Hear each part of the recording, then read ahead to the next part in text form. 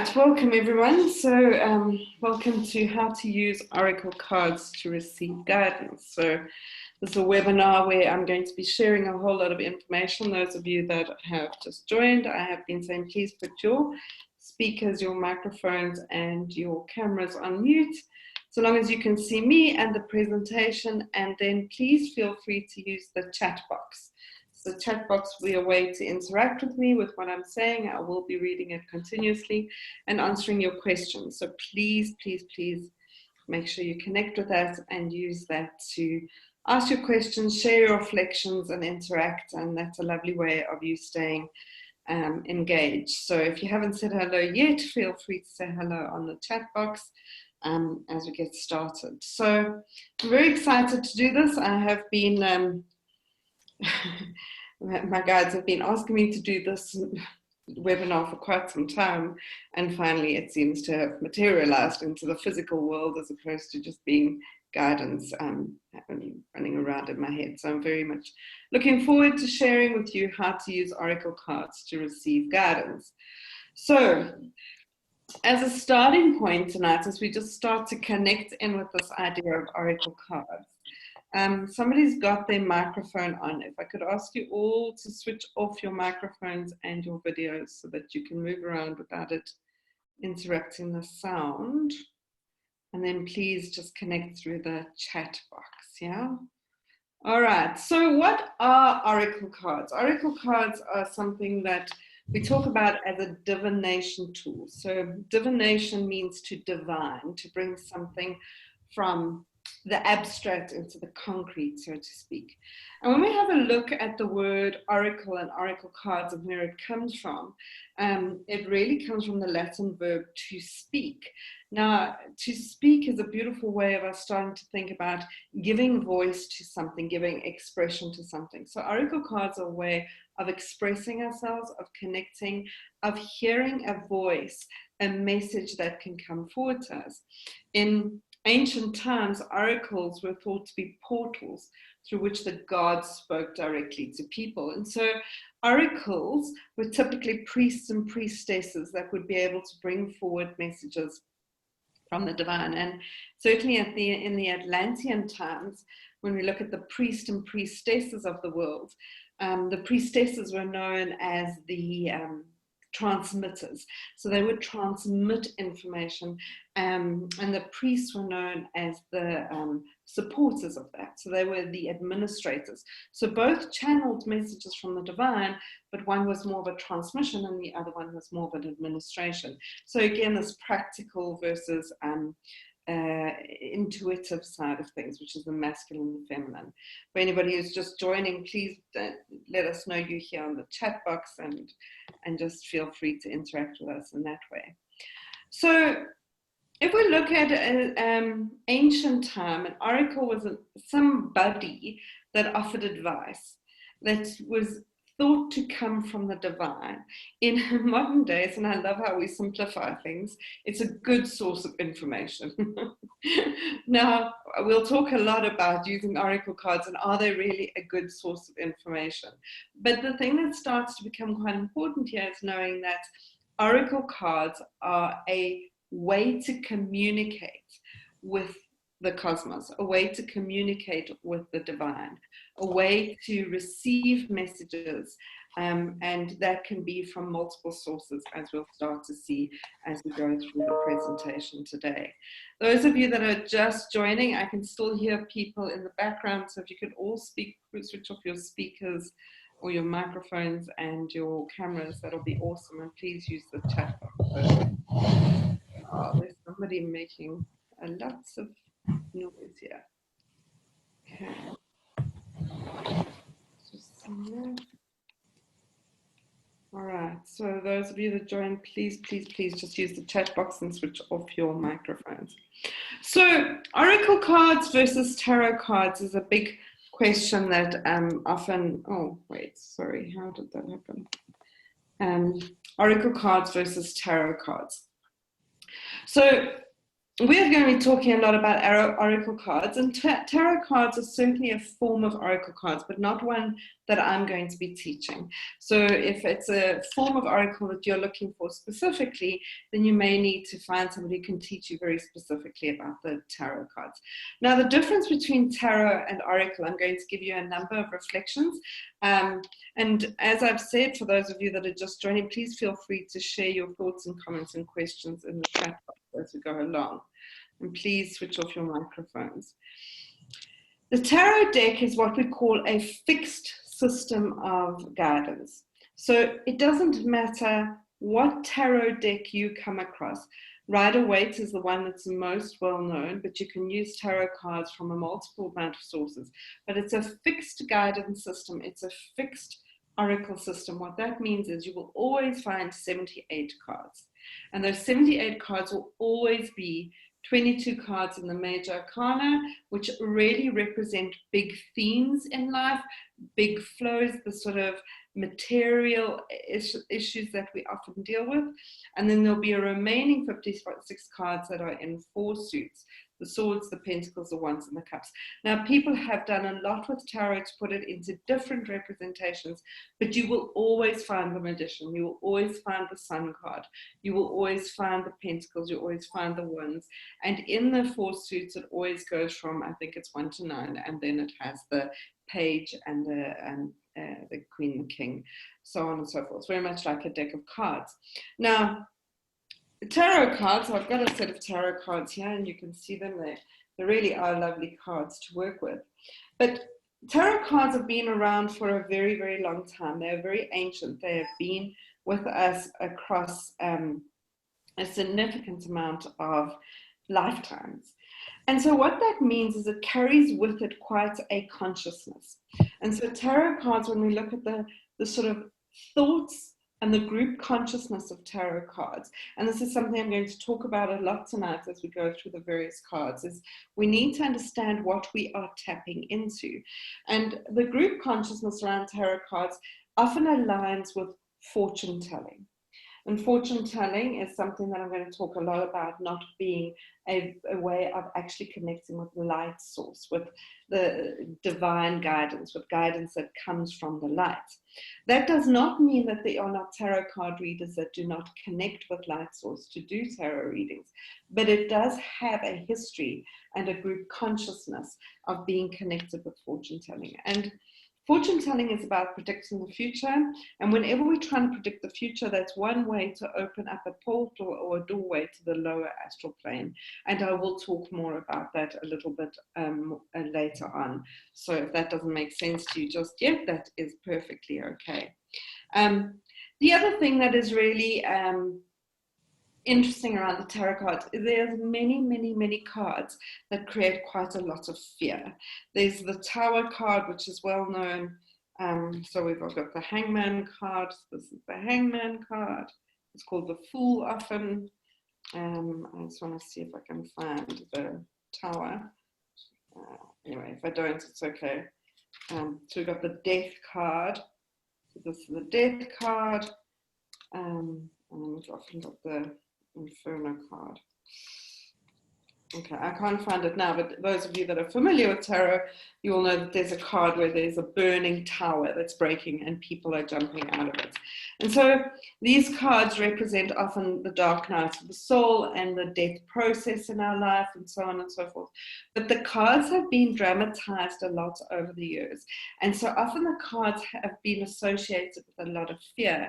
And when you see me talk about it a little bit more later on in terms of how we use cards to open up portals and doorways to receive guidance, we want to make sure we opening up portals and doorways to that which is clear and clean and that which brings forward the most value for us. So if you're wanting to work with tarot, please find a reputable tarot teacher that works with it from an enlightenment perspective and not from a fortune-telling perspective, because these two energy sources are vastly different. So we're not going to be dealing with tarot cards tonight, we're going to be dealing with oracle cards. So oracle cards fundamentally come from different channels. It's any author or creator that has put together a deck of cards that they are wanting to work with. I'm going to be using a lot of my cards tonight, but I'll talk about other cards as well. And so we can get oracle cards that they're not a fixed system, they're a fluid system. So we can get oracle cards, decks that are 40 cards, ones that are 150 cards. The number of cards in the deck can be whatever the channel or the author or the creator put into it. It will have different themes, so we can get ones around crystals, sacred geometry, animals, beings of light. A current favorite that I'm working with, which I'll talk a bit more about some of them later, is the Starseed Oracle deck. So it's a beautiful deck of cards that I've been working with lately. And when we look at an oracle suit, we'll see there's a theme. And there's something that it's holding in mind. And so that becomes an important part of why we use certain decks, as we'll use different decks for different themes. And we can use different decks for different aspects of our lives and also in different time frames of our lives. So why oracle cards, and why am I talking about oracle cards, and what are oracle cards all about in terms of this, from what have they taught me? So I apologize to those of you that have heard this story before, but I came into my spiritual awakening very late in my life. I was always very intuitive as a child, and then switched that off for lots of good reasons. And when I started to connect back into my own spirituality after a lot of different events and some tragedies, I kept being given the guidance to draw the cards. Please, can whoever's got their microphone still on, switch it off so that we don't have your background noise coming through. That'll be awesome. Thank you. And I kept getting this guidance and messages when I'd meditate, draw the cards. So I was a fan of using cards, and I'd use cards in some of the ways I'm going to tell you how not to use cards today. And then I kept getting this guidance to draw the cards. And I went on a silent retreat for a weekend. It was kind of silent retreat where you were left up to your own devices. You could do whatever you wanted to do, and you were allowed to take stuff with you and be creative. You just weren't allowed to communicate with any other person. And if any of you have done a silent retreat, you will know you are left to face yourself in that process. And when you're facing yourself, at some point, it's best to just surrender. And so that's what happened to me. I kept getting this message, draw the cards, draw the cards, draw the cards. And so one afternoon, the Saturday afternoon, I eventually took my colored pencils and a piece of paper, and I sat down under a tree, and I literally just channeled the card. I didn't know what it was. And this was the first card I ever channeled, which says, it's time to create the life you want to live. It's time to start creating the life you want to live. And so what would happen is, as I would sit down to draw the card, these images and words would just present themselves to me, and I would work with them. And that started to become a message that was relevant to me, and I would start to meditate on the card and work with it. And really it became a support to me, a guidance, and a portal of wisdom. I had no idea what to do with this. I put it in the back of the book, showed it to the person who was facilitating the workshop, and I had drawn a second one on that weekend, which was this one called It Is Safe for You to Receive. And so I thought, oh, those are cute, those are pretty, nice messages, certainly things I needed to hear. When I journaled around them, I got a lot of guidance. And so what happened is, over the period of the next 2 years, I would just have moments of drawing cards. And so I started to draw them all sort of a uniform size, not a very good size for reproducing. But this was the deck of cards that I drew. And sometimes I would sit down and 3 or 4 cards would come through at a point in time. And then there'd be weeks of nothing. And every time as these cards came through, there would be more and more guidance and more information that came forward. And one day I realized I had a whole pack of them. And I sat there and I thought, like, what must I do with these things? What must I do with them? I'd done nothing with them until that point, other than let them guide me in my own spiritual path back to remembering my universal talents and gifts, surrendering to my life story, and really creating the business that I did, that I had. And then I was given the guidance to start doing readings. And I was like, I don't know what to do in the readings. And the guidance was use the cards. And so the cards became the way that everything was created. And so I converted the cards into a new deck. This doesn't look very different, but it's a deck where I printed it, synchronicities upside down, on photo paper. And for a good 2 years, this was what I used. I used these cards to do readings. And every time somebody would sit down, I would pull cards and I would get readings for them around the cards. And I was amazed at the guidance that came forward. I was amazed at how these cards just taught me and what they were teaching me. And one day I went outside. I was going to actually go and I was going to design something for my website, and I sat down and I started writing an ebook. And the ebook was called 7 Tips on How to Surrender to Your Soul.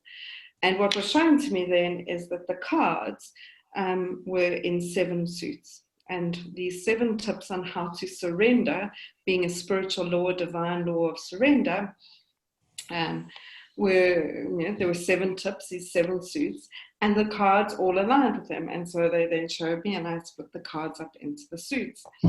So I started to create this ebook, which you can still get online if you'd like to get it. It's a free ebook on 7 tips on how to surrender to your soul. And then I started being asked to do trainings, and the cards again became the benchmark of trainings. I used to run half-day workshops. I'd pick a card and I'd write a half-day workshop on the card. So I'd run a workshop on release the shame, and I channel a whole workshop around it. And so that's how the cards came about, the cards that I use. And like I said in the email to you, you do not need to use the cards that are the I Am Lightwalker, my card set for tonight. But the reason I tell you the story is because I would not have the spiritual awakening and the growth that I've had. Can I ask whoever's got their microphone on to switch it off for us, please? I don't know if somebody can see who it is and just let them know it's their microphone. Is to share with you how powerful working with oracle cards can be. Literally, I've gone from being in a corporate world to having my whole life thrown upside down, and now to running a full-time spiritual practice where I channel for people every day. I do messages, I do trainings all the time, and literally everything I've learned to a large extent has come through the cards. Sitting with them, meditating with them, working with them, and really internalizing them and becoming one with them. And so oracle cards are here to lead us on a path. They're here to give us a support tool. Think of it as sometimes like having access to a library of data, of wisdom, of things that the divine wants to share. And every pack of oracle cards, be it the one that is mine, which now looks like this, those of you that have not seen it, it's now called the I Am Lightwalker card deck, and it looks like this. This is what we're going to be working with tonight, as it's been converted from the hand drawings into a beautiful set of graphics and cards. Every set of cards is going to have its own unique core purpose in your life. So those of you that are online, I said to you, please have a deck of cards with you. If you could let me know in the chat box, what deck of cards have you brought with you tonight? And like I said, they're all wonderful. All decks of cards are lovely. I'm going to talk a lot more about them and how to use them and how to make sure you get the most from them. But if you could let me know, what deck of cards have you got with you there to work with tonight? So I'd love to hear from you. So I'll give a minute for all of you to find the chat box and let me know which cards you've got with you tonight. Sacred Rebels, oh, one of my favorites. Oh, Commissioner, I have to say that's a favorite. I'm Lightwalker, beautiful, beautiful. If you don't have a deck of cards, perfectly okay. I'm going to be doing the readings with you tonight, and so I'll be pulling cards and you can work with those. So please don't worry if you don't have a deck of cards. It's not, you can decide after this if you want. Oracle of the Fairies, beautiful. Goddess Guidance, beautiful. Sacred Rebels, I am Lightwalker, beautiful, Mickey. Oh, Sacred Rebels is awesome. Hello? He's talking. If you just joined, you can switch off your microphone and your video, your camera, and just let us know what cards have you got. Journey of Love. Oh, also one of my beautiful, Ask Your Guides by Sonia Chiquette. Lana, you've got your Angel Tarot cards. We do need to get you your cards, yeah? Okay, so we've got quite a few beautiful sets of cards. Keep sending them to me. Angel Tarot cards, beautiful, beautiful, beautiful. So even though you're using the tarot cards, those Angel Tarot cards that are the ones by, oh, what's his name now? I can see his face. They've done a beautiful job at shifting the tarot cards away from the fear base to one that is far more angelic guidance. So that's beautiful. Welcome, welcome, welcome. Right, so oracle cards have a couple of myths around them, and I'd love to know what other ones you have heard. So if you have any myths that are coming up for you, if things that you've heard about the do's and don'ts when it comes to oracle cards or cards in general, so you can feel free to share them. One of the first myths I want to bust, and you'll see a lot around energy principles as I work through this course with you tonight, is one of the things that people often have is no one else can touch your cards. Ah, it's nonsense. That's like saying nobody else can touch your, your glasses in the kitchen. People, we need to move beyond this ownership and fear-based energy that infiltrates everything we're doing. So when we allow the law of one and the law of unity, and we start letting people just work with things, energy is very easy to move. So if somebody has energy that you're not comfortable with and they play with your cards, it's very simple to clear your cards. And I'll talk a lot of, give some tools and techniques to clear your cards just now. But people can work with your cards and it's perfectly okay. One of the very, very, very old-fashioned myths is that you must keep your cards in a silk cloth, particularly a black silk cloth. Now, I'm not quite sure where this mystery comes from, but it's really not necessary. Actually, cards love to be used. They're like all divination tools, crystals, pendulums, anything that wants to give us messages. The more used they are, the more loved they are, the better they are. So that is not necessary. The next myth we've got is they must be cleared. Now, clearing is something that we can do by clearly stating the intention of it. And so just by holding your cards in your hand, and you can all do this now if you want to, just take your deck of cards and hold in your hand and really just hold the intention as you just imagine energy flowing through it of all anything that does not serve your highest good being removed from the cards. But cards don't hold on to things. They really don't. And one of the major reasons for this is that we're always moving them around. And so when we move things around, it's a little bit like your house, the more things that stay stagnant, if I haven't used cards for a period of time, or anything for a period of time, it's going to get stagnant. But the more you're using your cards, if you're moving it around, this is moving the energy around, and you can simply use the intention. I have seen somebody once before, they had the technique of blowing in the cards to clear them. If it makes you happy, do it. If anything makes you feel connected and light, it's the cards. But we do not need to bring in, this can be one of the most important principles, fear and all those sorts of things to the cards. Then we have this theory of upside down cards. So if I pull a card and it's upside down, that is a warning or a threat or something that is difficult. Now that is a very specific thing that comes from tarot. And what's important around upside down cards is to look at the tarot or the oracle cards you're working with, and to have a look at what the author's intention is, the creator, the person who's channeled it.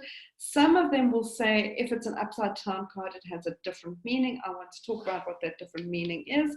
And others are going to say that there are no such things as upside down cards. So in my deck, we don't worry about upside down cards at all because it's just overcomplicating it.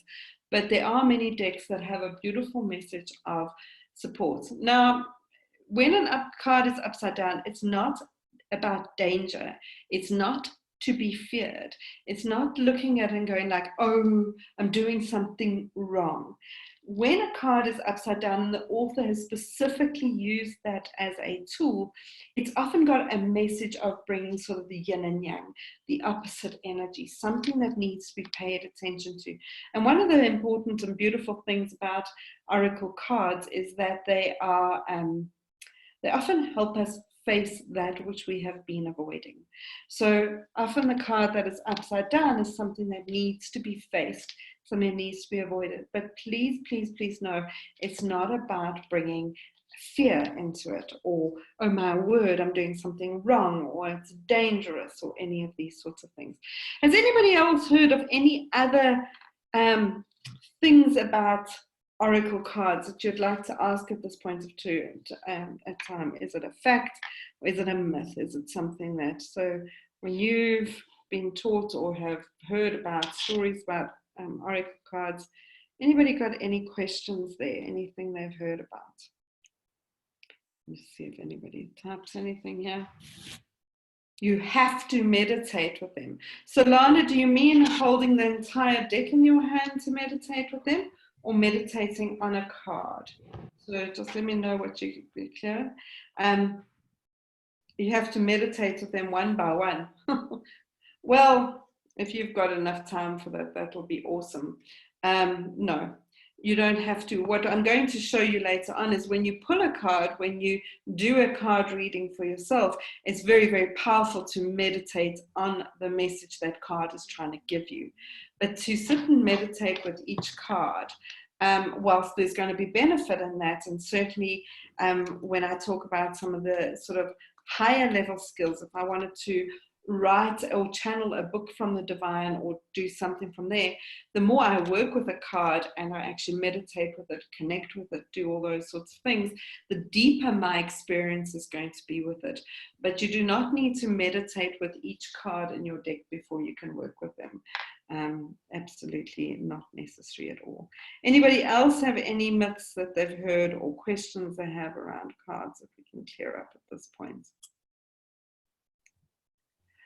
All right, so there are so many, many, many decks of cards. If you've gone to Take a Lot and just Google oracle cards, you get a flood of cards coming to you. If you go into Astral books or go into any of the stores, and even more if you go onto Amazon or anywhere like that, you're going to get a flood of cards. So how do you begin to choose a deck of cards? Now, I have worked with, it must be close on 100 decks of cards over my career as a spiritual teacher and healer. I will often buy a deck of cards, and the minute I open them, I know I'm not going to work with them. and I'll tell you the reasons why I won't work with them. And so then those have either become cards that I use at my room where I teach, or I've gifted them to people. There have then been decks of cards that I felt a resistance to working with, but know I need to work with them. Now that's very different to knowing I don't resonate with them. And you can see the questions there. I'm going to talk through them each individually. There are some cards that are going to be disruptive. There are some cards that are going to, you need to work with them and to actually let them challenge your status quo in many ways. So knowing I'm not going to work with a deck of cards is very different to being resistant to working with a deck of cards. When we start looking at decks of cards, and sometimes you only know the answers to these questions after you've bought them, and that's why it's wonderful if you've got a group of friends that are spiritual friends, is to see your friends' cards, and when pick them up and see, do they resonate with you? So the first question I've got there is, do you resonate with the creator of the deck of cards? Now, you don't necessarily need to know who the creator is, but if you do some research, you're going to find some information very quickly about the creator of the deck of cards. You can do this quite intuitively. Do I connect with that person or not? So for example, and really I'm not amplifying anybody's decks as better or worse or good or bad. It really is my personal preference, and I'm using it as examples here.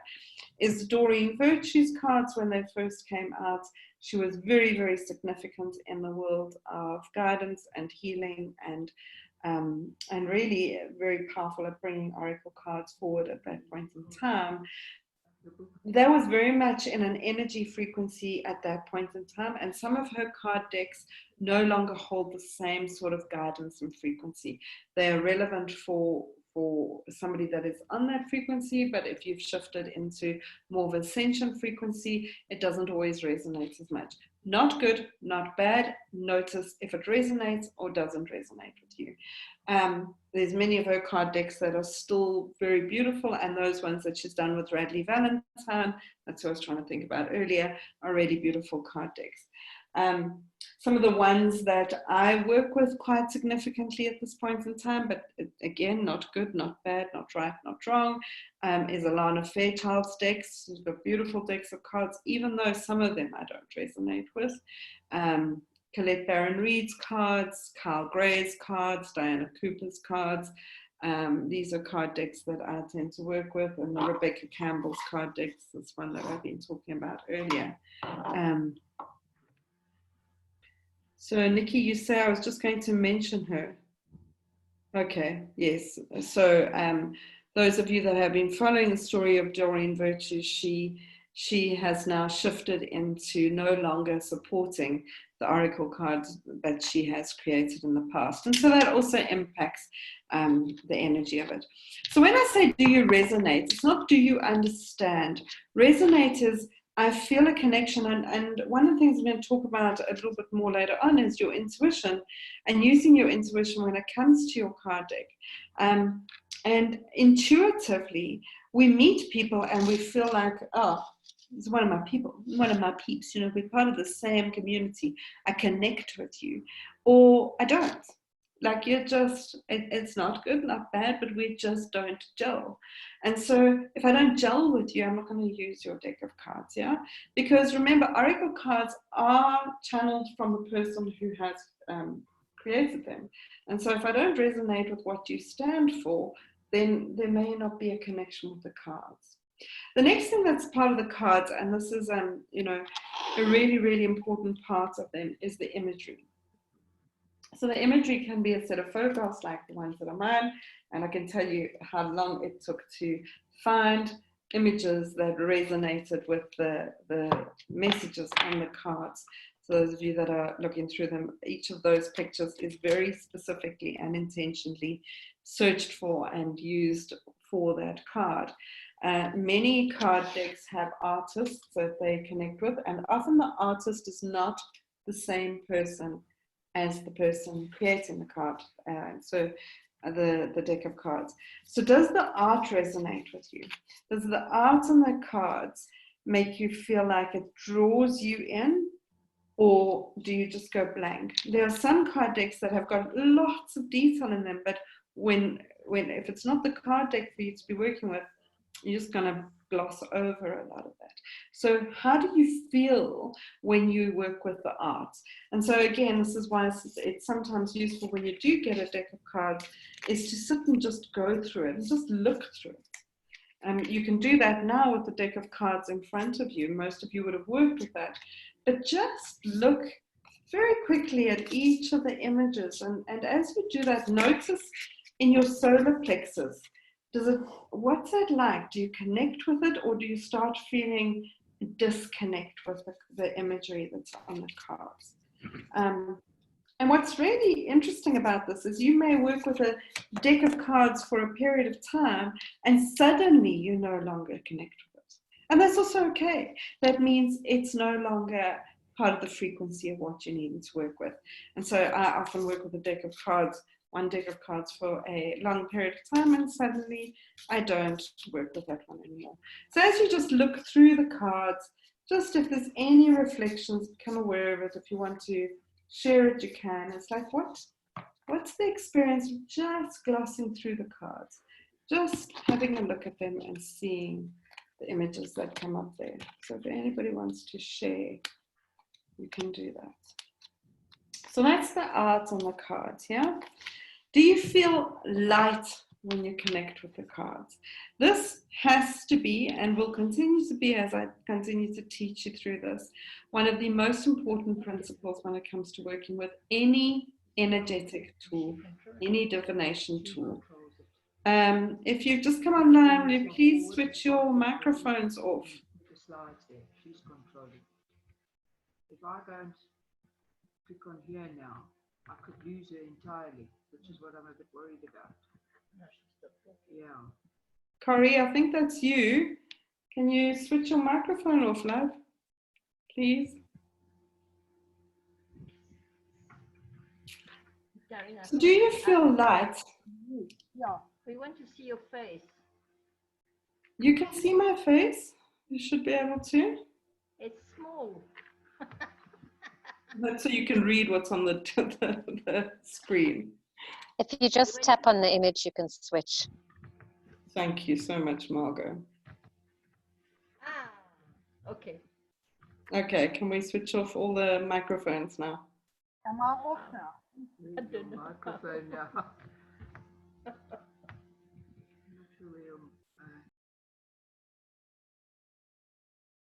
Thanks, Margaret. Right, so do you feel light when you connect with the cards? So if you feel, so that's immediately how I know if there's a deck of cards that I'm not going to work with, is if I pick up or start working with it and I just feel a heaviness. Heaviness is different to resistance. Resistance feels like a bit disrupted, but heaviness is, this is just not for me. Anything that makes you feel, and I'm not talking about grounded, I'm not talking about connected to earth, I'm talking about doubtful, drained, exhausted, it's too much work, I don't want to do it, anything like that is going to. So the cards itself, do you feel light to it? Then do the cards speak to you? So again, as you were looking through your card decks, those of you that have been just going through them, what's the messages you're getting? Do they speak to you? When I say speak to you, it's almost like your heart starts to open up, this clear cognizance, the clear sentience, the parts of you want to know more. So if a card draws you in and says, I want to tell you more, that's a card speaking to you. And then really, really beautifully, do you feel inspired when you work with a deck of cards? So the word inspired is a beautiful word to just pause on at this point in time. Is inspired means inspirited. It means your spirit wakes up. Something connects. And so you wake up a little bit to what's going on for you.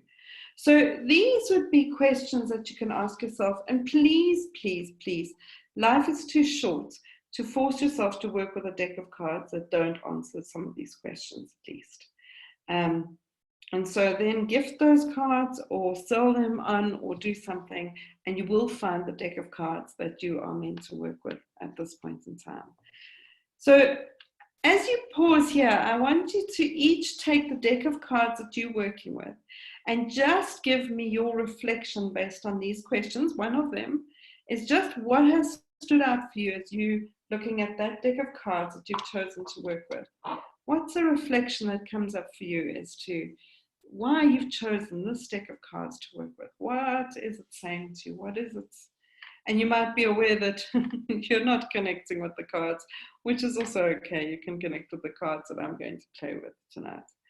Let's just see if any of you have got any reflections at this point in time.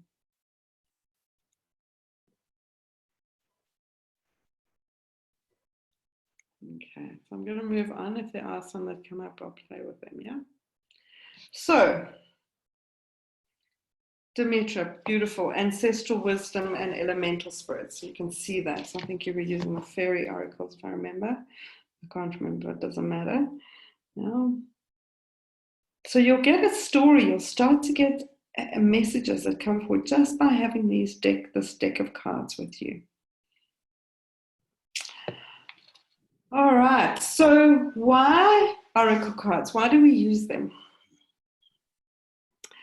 So again, I'm going to give you a chance to answer this question. Why do you want to use cards? What do you want to get from them?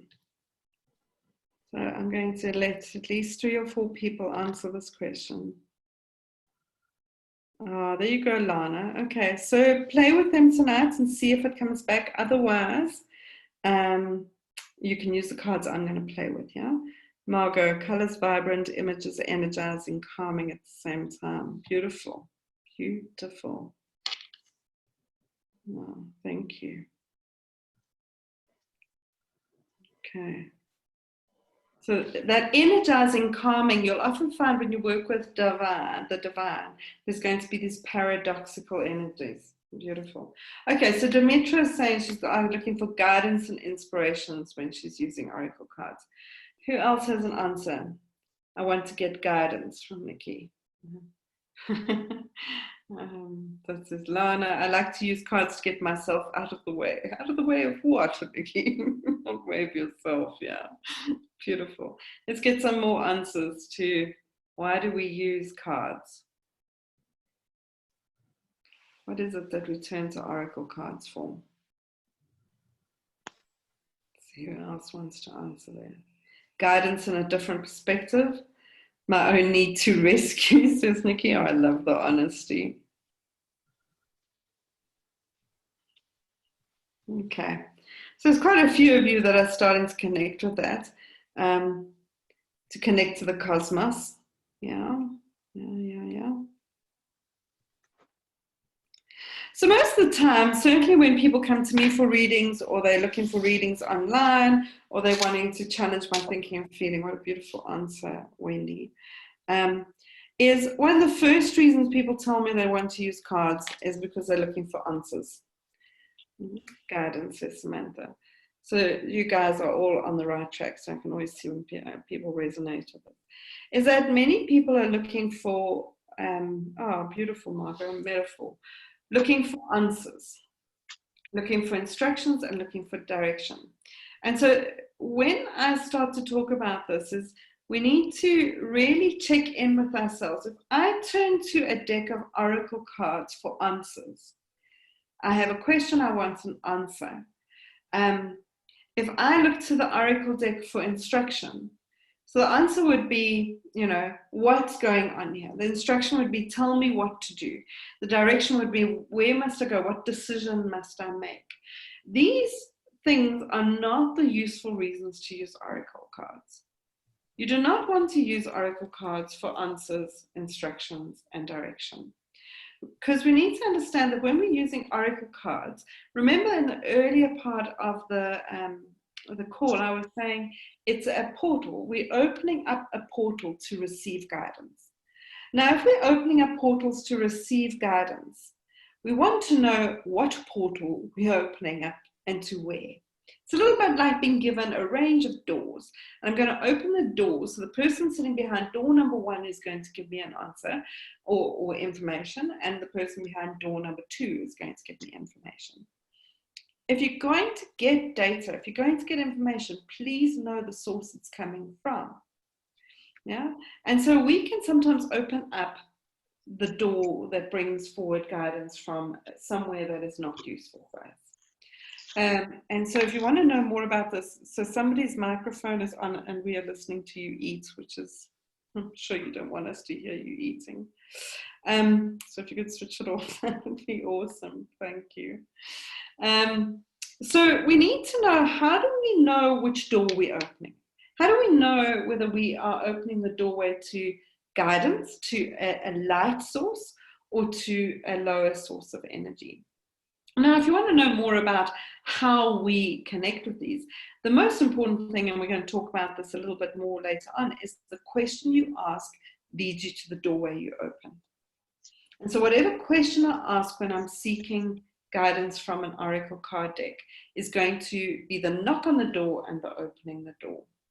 And so if I open the door, I can open the door to what we call the lower astral realm, which is false teachings. These are beings that are sitting at a lower astral plane and are here to try and give us false information. And then we get true guidance from a light source, which is where we get guidance from beings of light that are here to truly support our journey. And it's like being on a playground. If you go to school, there are groups of people that have, you know, a lesser intention than those that have your best intention. So we just need to know, and I'm going to teach you how to ask the questions. But this is how you would start to know. So if you ever go to somebody to get a reading or get guidance, this would be the way to know which doorway has been opened. Has it been open to false teaching or teaching that is from a lower vibration, or has it been guidance that serves my highest good? The two things that are the most important here, and those of you that have done Lifting the Veil, you will know this, so you can amplify it through your own experience, is that if it's a false teaching, there's going to be two things we're going to see, that, well, a couple of things. They're going to issue instructions. You must, you have to, you should do this. They're going to tell you what to do. Now, false teaching, that is always false teaching, because beings of light really respect free will. So they will never tell you what to do. So if somebody comes for guidance, if they're looking for, if they're looking for an answer, and the answer is, should I get divorced? Must I take this job? Do I invest this money? Will I, is somebody going to die? All these sorts of questions. If it's a false teaching, they're going to give you an instruction around that. If it's from a being of light, they will not tell you what to do. They will offer you options and ideas and inspirations. They're going to show you ideas of what you could do, but they will never issue an instruction on what to do. A false being of light or a false teaching will have fear as a tactic. Fear will sound like, if you don't, then this will happen. Or, this is very dangerous, you should never do this. When fear is the tactic, it is not coming from a being of light. Yeah? True guidance comes from they're unconditional in their love, and they're always allowing for more and more light to come forward. A false teaching is going to be judgmental. There's going to be an element of this is right and that is wrong, whereas a true being of light will have no right, no wrong. Yeah? False teaching, I'm going to go through these relatively quickly. They will make promises of rewards. If you do this, if you stand on your head under this full moon 14 times and say the following words, then I promise you your true love will walk in the door tomorrow. This is nonsense. And if they add on, if somebody's doing a reading for you, and I'm going to get to how this is important for you when you're doing your own readings, but if somebody adds on, at midnight I can do a spell as well that will help you, then you're dealing with somebody it's not a being of light. Yeah. So whereas true guidance will be truth speaking, they will tell you things you don't want to hear, but it will resonate as truth. You'll feel it as the truth that's coming forward, even though it might be the thing that you don't want to hear. Yeah. Create dependencies of false teaching. You must work with me. We must do it every day. Do this, then come back and do this. And then particularly if you're working with somebody in the human realm and they start saying, you need me, I'm the best, and you can't work without me. Whereas true guidance wants you to connect with your free will and be an agent of your own light. False teaching won't respect your boundaries, whereas true guidance will honor your choices. Thus, leave you feeling heavy and leave you feeling light is got to be one of the most important reasons, the mechanisms you've got. If you can just start to learn how to connect in with your physical body, you know what it's like when you feel like you've been somewhere and it's drained you and it feels heavy, or where you've received something and even if it's difficult, you feel light. One of the things that I know unequivocally, I know this because Eric, who is my partner and business manager, he always says to me, it's not useful when I tell him this, is that 80% of people who leave a session with me say, I feel so much lighter now. He says it's not useful feedback because he can't market that. But if you feel lighter, even though it's tough. Now, I'll come to how you're going to do this in the questions you ask and how you're going to work with the cards yourself. False teaching is going to tell you about the future, whereas true guidance is going to focus on the present moment. This is, and I cannot amplify this more than I'm going to right now. When we get to asking questions, if you're asking questions for fortune telling, tell me what's going to happen in my future. You are opening up doorways to lower astral planes. True beings of light do not interfere with free will, and nobody can predict your future because it is up to you. You are creating it every day. So true beings of light, true guidance focuses on the present moment. A false teaching will create doubt, whereas true guidance will create hope and faith. So this is why it becomes valuable when we're choosing the deck of cards we want to work with. Does it show me rather than tell me? Is it unconditional in its love? Does it bring forward no right or wrong? Is it showing me a way to get to my truth? Does it empower me? Is it going to help me honor my choices? Does it leave me feeling light? Does it focus on the present moment? And does it create hope and faith? These are really, really important things to connect with. Whether you're getting guidance from someone or you're getting guidance from an oracle deck, or you learning how to give guidance to other people, these are important principles. These 9 principles are really important principles of the light to start working with. So any there that anybody wants to ask for some ask a question for some clarity around, anything that's coming up for anybody around this, it's not here to create fear, it's here to create clarity and show you how to work with false teachings, because that's one of people's biggest fears in doing readings, is how do we make sure it comes from the light. Anybody have any questions or need some clarity on what I'm talking about at this point in time?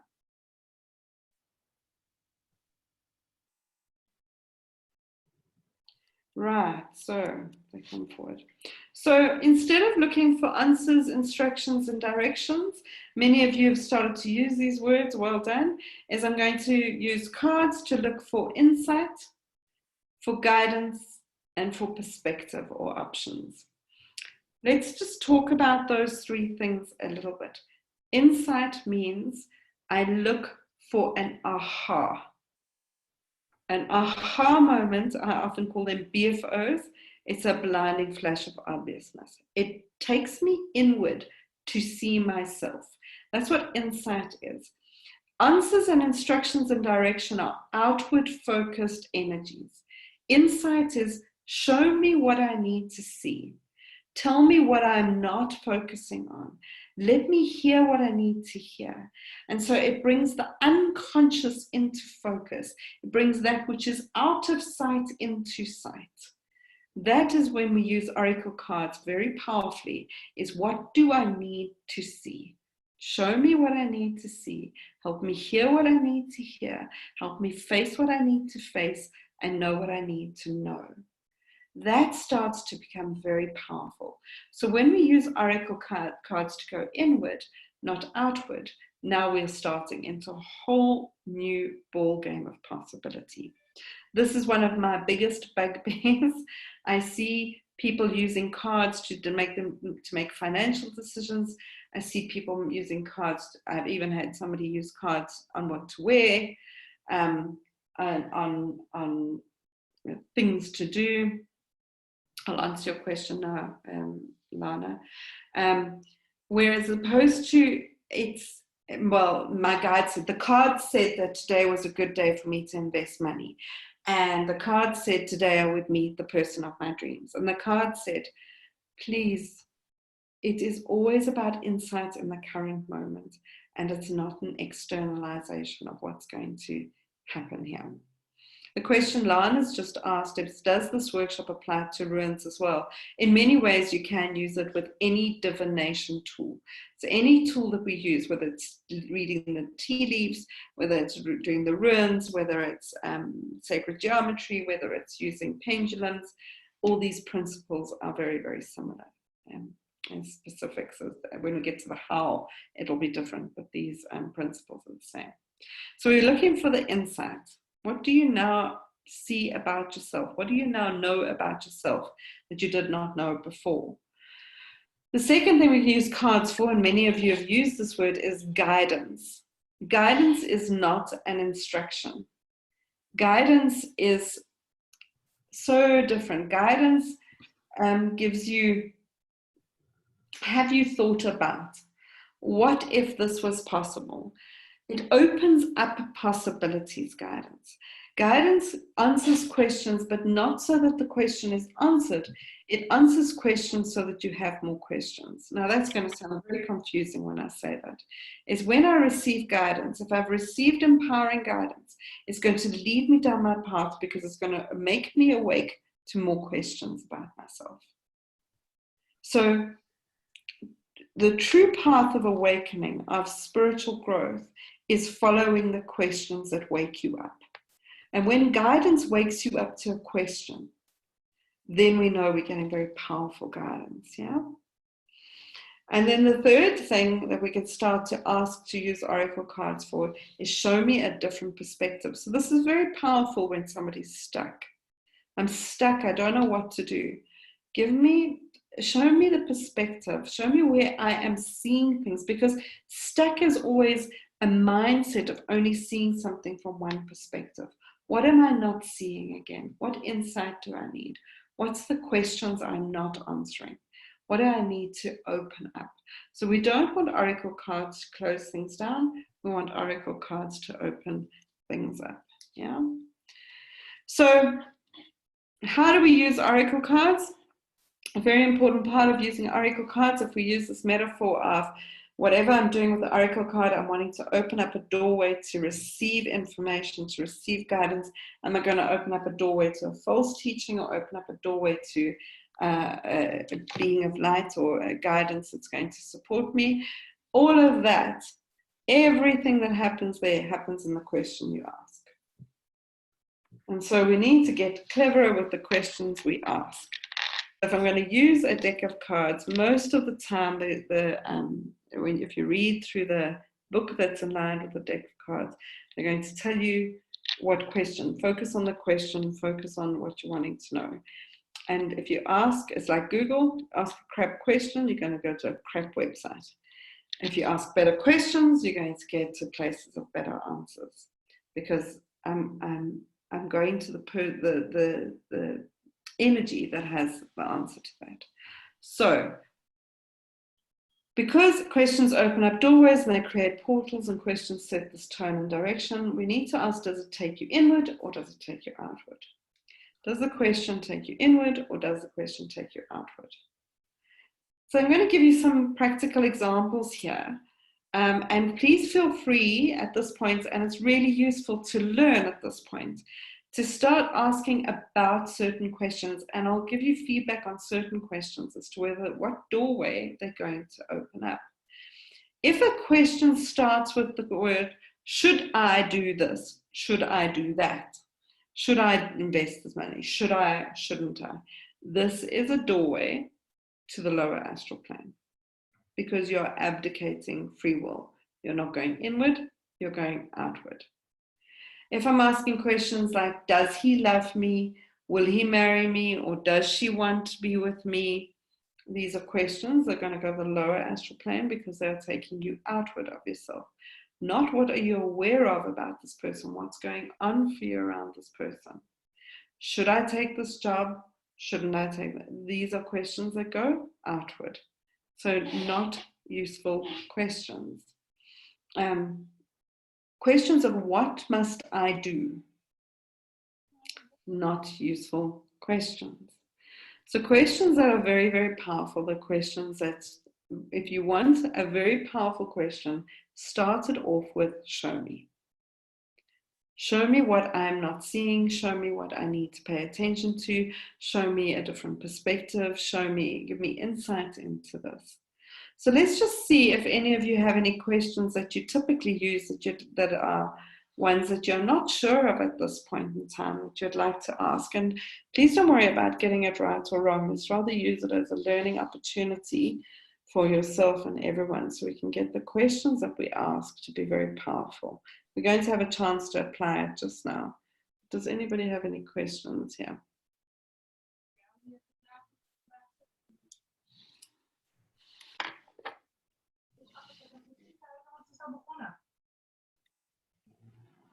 Whoever's got your microphone on, please, can you switch it off for us?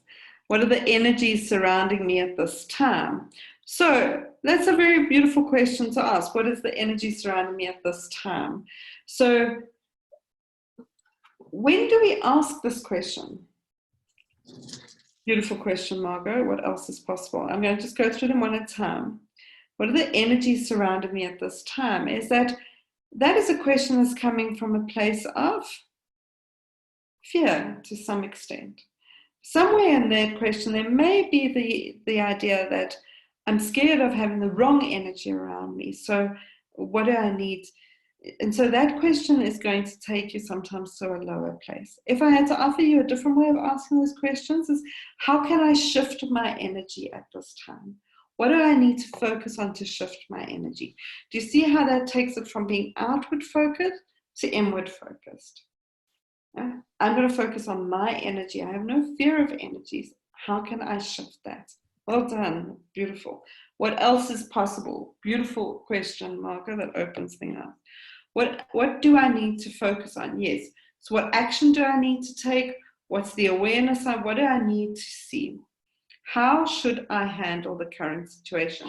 So there's Samantha, we've got a beautiful question for us to shift it, because you're asking a should question. Whenever we've got the words should or have to, or what should I, what must I do, then it's an external focus question.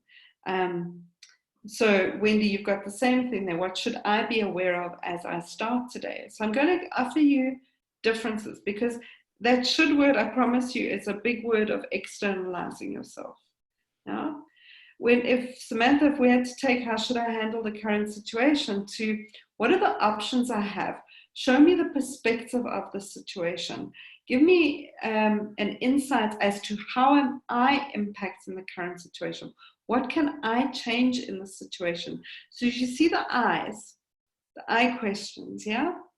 With Wendy, what should I be aware of as I start today? What can I focus on today? What would be the best focus of my intention today? And even that's a little bit outward focus. What would be even more importantly is show me what's going to keep me awake today, or show me what's going to bring me the most amount of possibility today. Margaret's done coaching training, so I love that she can support this with great questions. How does it get better than this? Yeah. Dimitra, ask for perspective on an issue. Any insights, how it serves me? Beautiful. Oh, Samantha, I'm glad. So if you can start to make that shift, everything can change. What advice would you give yourself today? What advice do I need? What's the answer that I'm seeking? Yeah. So that every time we have an I in the question, it's already better. Yeah. So look inward. We want to connect with the divine wisdom within you. When you use oracle cards to go inward, I know the answers. There is an infinite wisdom within me. There's a divine part of myself that is connected to source, that has the information that best serves me. What do I need to know today? What can I focus on today? How do I empower myself in the situation? Beautiful, Samantha. Beautiful, beautiful, beautiful. Well done. Great learning to notice that. Yeah. So we don't want to ask questions about what other people must do. Yeah. Should my mother go to hospital? No. Yeah. Must I take my mother to hospital? No. These questions are not useful. The minute you're looking for an instruction, an answer, or something to tell you what to do, you have given away your power, and so you're going to the lower astral plane. The more you ask questions that say, show me. Yeah. So it's a little bit like prayer. I often say to people is that People often pray for things to be taken away from them. Nothing's going to be taken away from you. When you pray for, how do I face this? Yeah? What do I do in this situation? So if I'm in a financial situation, how do what's my punishment? Is there karma here? These are not useful questions. What do I need to do to be brave enough to face this? What part am I playing in creating this? How can I shift my perspective around this? What can I do today to support my growth in this? How am I going to change my situation? Do you see how these questions are ones that take you inward, ones that shift you into a place of owning your own part, owning your own perspective? The minute you do that, when you're doing readings for yourself, I promise you, the readings will change, the information you get will change, your sense of self will change, and your sense of power will change. So oracle cards here are to help you remember your power. The reason we've got so many oracle card decks is because the divine want to empower more and more people to find source within themselves and not to rely on the outside. And so that's why those of you that have got my book, you will notice, quite frustratingly, I think, for some people, I'm not sure, there are no answers to the card decks. So this book does not have you're not going to find this card and it's going to tell you what to do with it. There's going to be journaling pages. What does this card mean for you? What is going on for you? And really, that is probably one of the most important things with all card decks, is not to sit and read it and use that as a source of information, but to use the card to take you on a journey into self-discovery, a journey into your own wisdom, a journey to connect back with your own intuition and your own divine self. Does that kind of resonate for people? Is anybody having a challenge with that still? If you have other questions, I'm very happy to work with the questions you guys have got. Yeah, this, I promise you, it is the most important part of being able to change your relationship with getting guidance that is better for you and takes you to a high source of guidance. Yeah.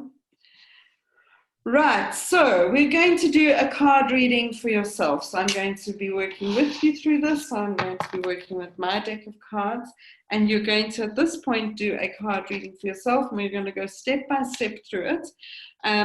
So I'd like you to all get a piece of paper and a pen out and your card deck, and I'm going to take you through this process step by step. So those of you that don't have cards, I'm going to pull the cards for you. So we will do it that way. And so you're more than welcome to use the cards. And you can ask me for a card if you want an amplification. So normally what I'd say is set aside some time. Yes, I can. Thank you. I've got a private message. This card on the run kind of thing. I quickly pick a card and that's the card of the day and look, oh, I got this, and like, oh, okay. Cards are there for guidance and to take us beyond our mind and take us into a place that can handle a lot more of the complexity that goes on with guidance. I'll talk more about that a little bit later. So you do want to, if you want to do a deeper connection, I don't want to make this work, but the more you can say, I'm going to set aside 15 to 30 minutes, whatever it is, and do a reading for myself. And you can do that daily. It can be a meditative practice, is to go and sit somewhere comfortably, whether that's outside or, but if you have a sacred space is somewhere that reminds you to be still. It's not surrounded by, so it's not at your desk whilst you're busy with your work. It's not sitting at the kitchen counter whilst you're eating breakfast. These are distracted places. So the more you can have it as a place of stillness, a place of clarity, a place it feels good for you. Now, if you can't do that, then okay, you can't, and so you'll make it work. But the more you can do that, the better it is for you. If you can light a candle, if you have an altar, light some incense, do whatever it is. All these things energetically set you up to be more receptive. And this has, when people ask for guidance, you can ask questions till the cows come home. If you're not going to sit down and receive the answers, then there's no point. It's like having a one-sided conversation with the divine. So sitting down and being receptive, not just, I need to know, what's about, oh, quickly, oh, it's that, trust your inner knowing, okay, I'll do that today. Sit down and create a receptive place. Have your cards and a journal, a piece of paper and a pen with you. Sometimes I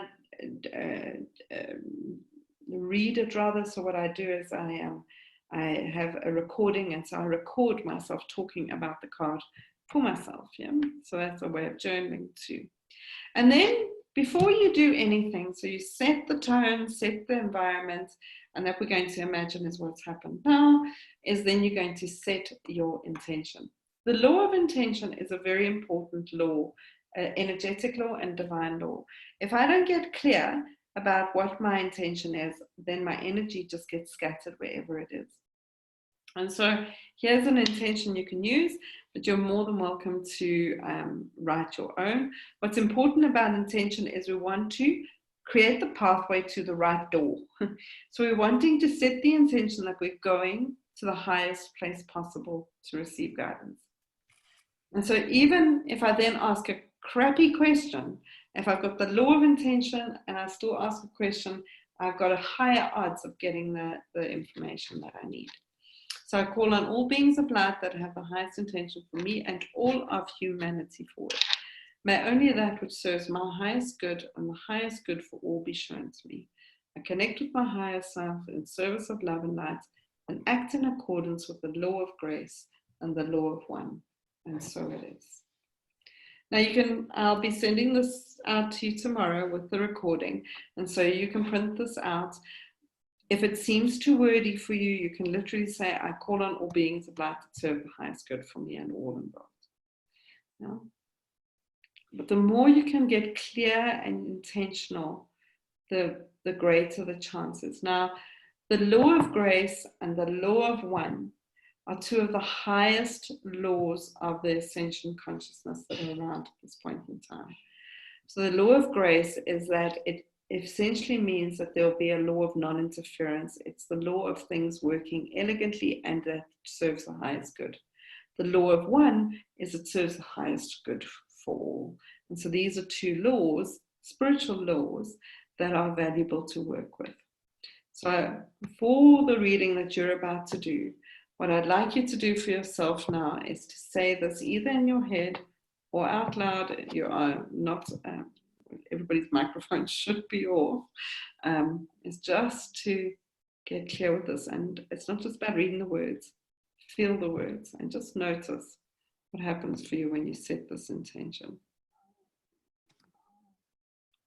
I call on all beings of light that have the highest intention for me and all of humanity forward. And only that which serves my highest good and the highest good for all be shown to me. I connect with my higher self in service of love and light and act in accordance with the law of grace and the law of one. And so it is. And so it is. And so it is. So the law of decree is when we use the law of decree, that is what the and so it is. You can also use the words, and so it is done. Pleasure, Di, we'll do that with pleasure tomorrow. Okay, so as you connect with that intention, just notice what that's like for you. Typically, if you've done it in a way that you can connect with it, you'll start to feel a centering, a quietening, a reddening. If anybody has any reflections on that, feel free to share them. So now that we're clear, we got our space, we're going to be doing what we need to do. We need to decide, based on what we're trying to find out, on a spread to use.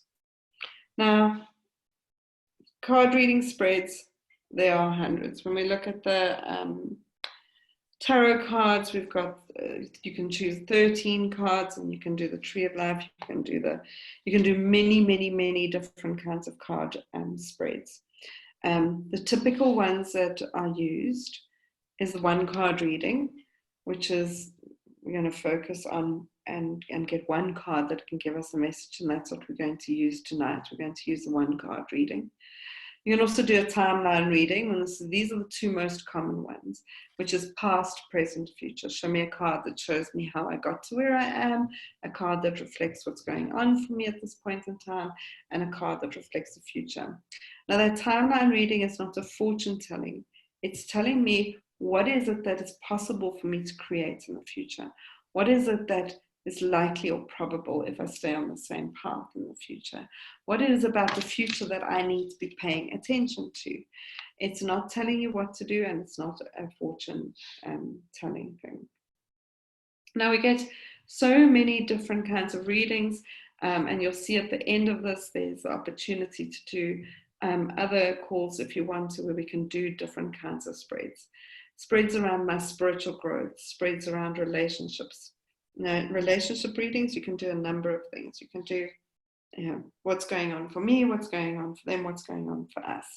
You can do what's my contract with this person, what's their contract with me.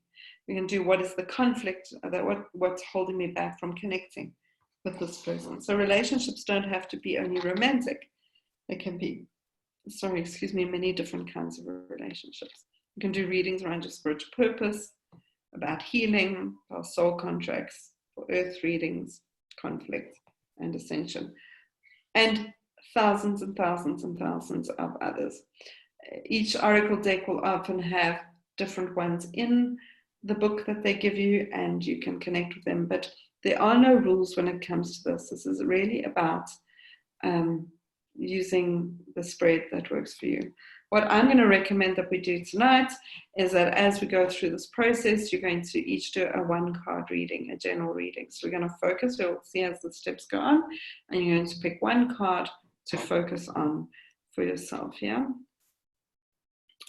So now that we've set aside some time, we've said we're going to do a reading. We've set the intention, so we've called in that we're only going to focus on the highest pathway, and we're going to call on beings that serve our highest light.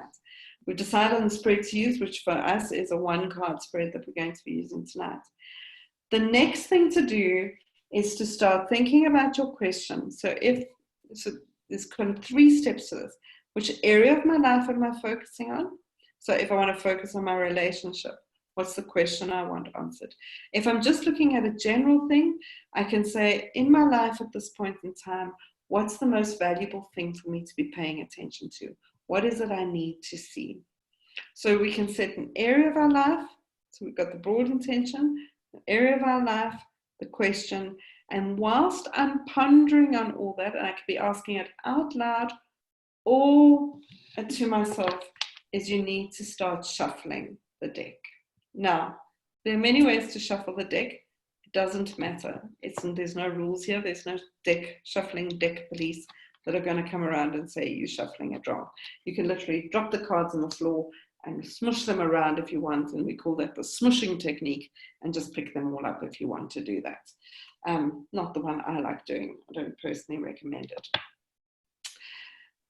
The reason shuffling the deck is important is what we're doing is we're getting the energy moving and we're getting the intention into the cards of what we're doing.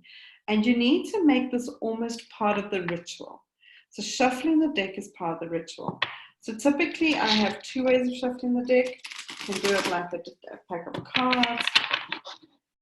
And so as I shuffle the deck, I'm thinking about, pulling a card that supports the highest good for whoever is getting this card tonight. And you can keep shuffling. Another way that you can shuffle is just moving the cards around. When cards fall out, it's often something you can keep that card out. If you want, the card falls out, it's often a card that you need. So you shuffle the deck until you feel like you're ready. And that can be 5 minutes if you want to. It's a process of getting connected. You can feel that connection. I'm focusing on the question. and stating my intention. I am ready to receive the card I need to receive. So I'd like you all to do that for yourself now. I'm sure you've already been doing it with me, is to think about the area of your life, what your focus is, what your question is. If you feel willing to share the question, you can do that on the group, on the chat. If not, just want you to all connect with the cards and shuffle until you feel ready. I'm going to pull one card out. When you feel ready to pull the card out, sometimes people like to cut the deck and the cards on top, or sometimes people like to spread the deck and pick a card. Just be intentional. Just be focused. So I'm going to pull a card for everybody who does not have a deck of cards. So you'll get the same card to work with, which will be fine. Set the intention, that will be what you need. So once you've pulled your card, I want you to put it face down in front of you. When you've done that, just let me know. So just when everybody's done that, let me know that you've pulled your card, and you should now be sitting here like I am, and you have one card in front of you that is a card that you've pulled that is a message for yourself around this area of focus for you tonight.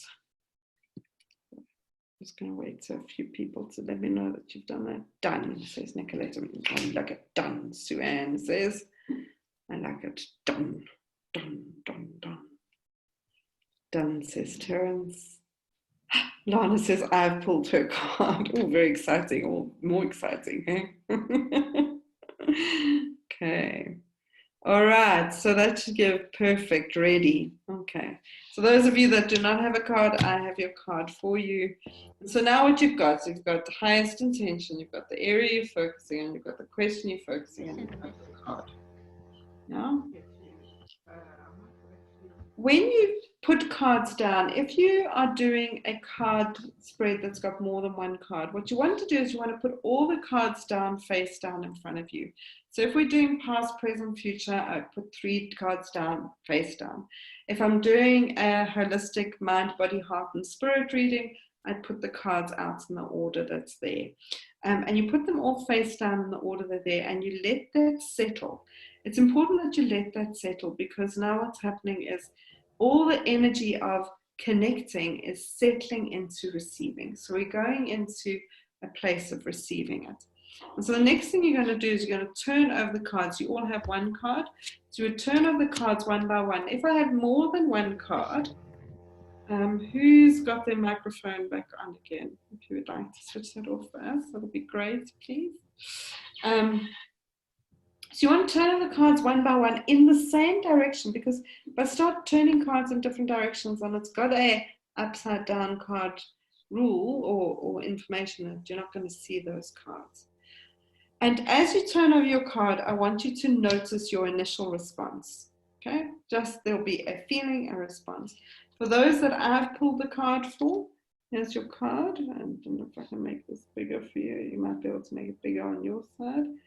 The card is Judgment Keeps You Separate. Can you all see that there, or do I need to make it bigger somehow?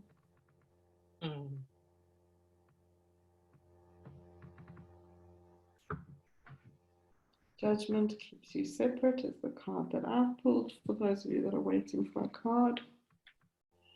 So I just want you to notice your initial response. I'm going to draw another one. Cancel. Christiane, I think you've got your microphone on again, though. Oh, yes. I got the shit card. I'm drawing another one.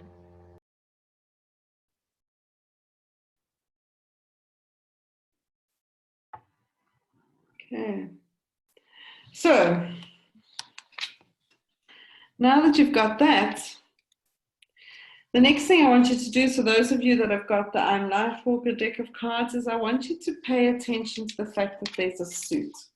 So at the top of the card, there's a suit. It's got a sacred geometry symbol. Those of you that have other cards, some of them will have suits. So those of you that are working with the tarot cards, it comes from a suit.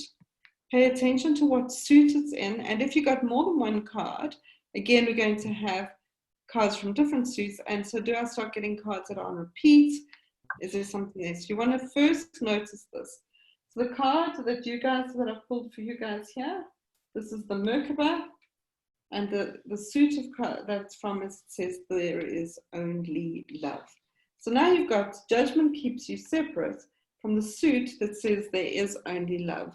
So now I want you to pay attention, and on your piece of paper, just make any notes about that. There is only love. What's that coming up? What's that meaning?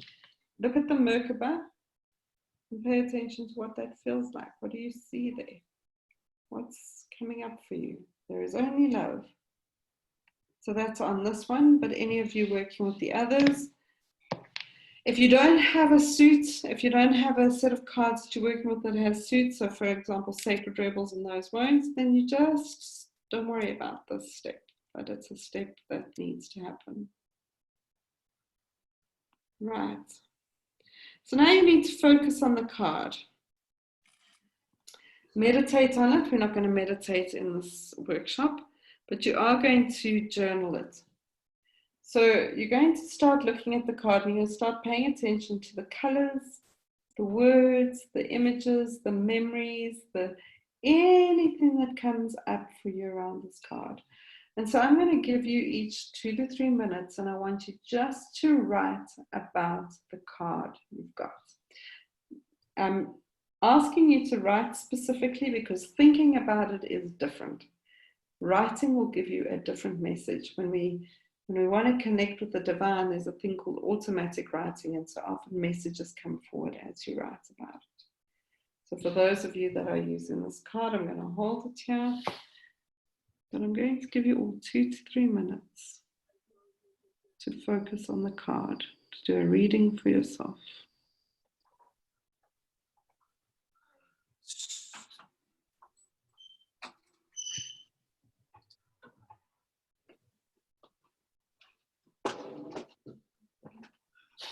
Somebody's got their microphone on again. If you could switch it off for us, please.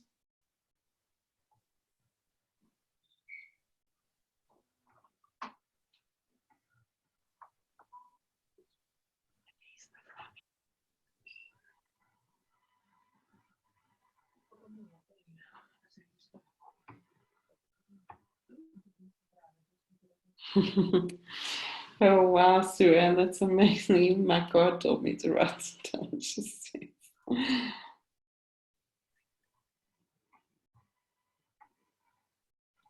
The important part here is to notice everything. Don't dismiss anything. Parts of your card you don't like.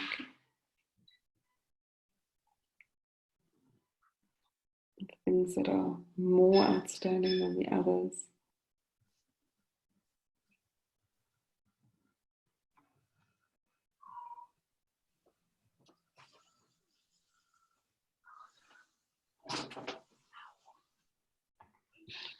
Whose microphone is on? Feels like that's all I'm saying tonight.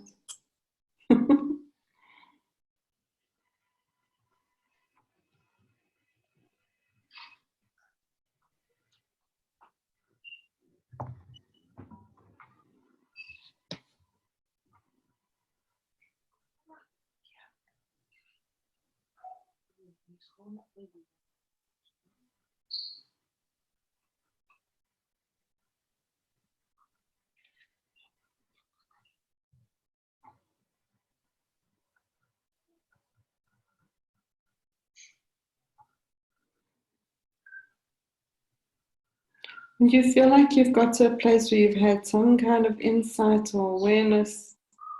You can either say done or even share the insight or awareness that came up for you if you feel willing to. You don't have to.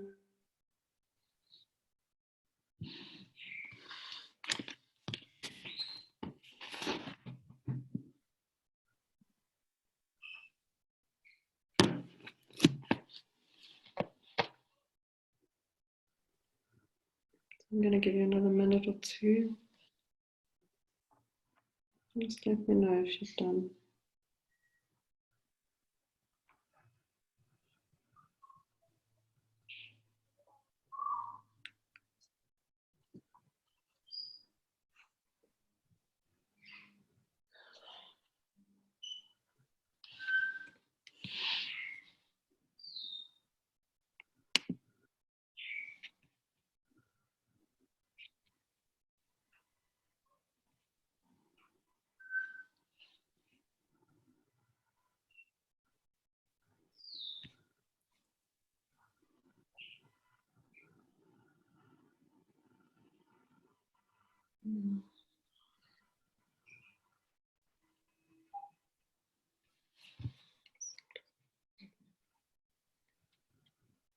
Diane Steele, maybe you can just check your microphones for me, please.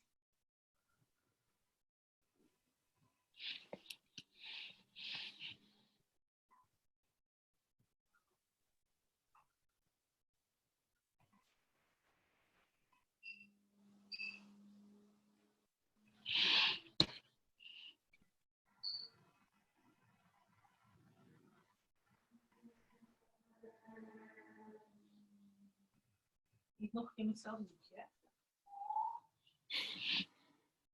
Is er nog een nieuwe?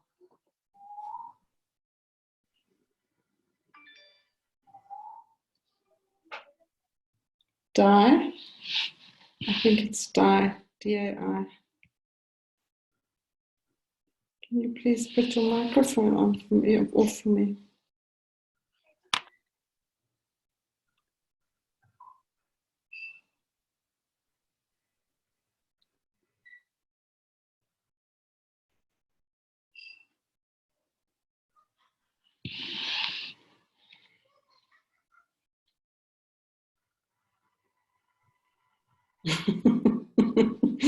Okay, Nikki, so what did you get after your initial reaction?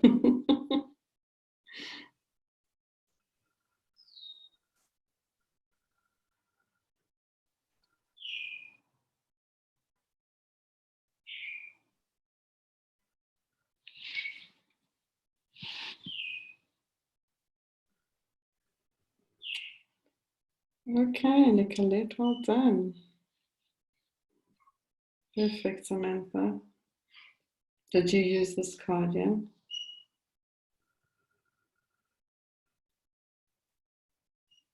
Okay, beautiful, Margaret.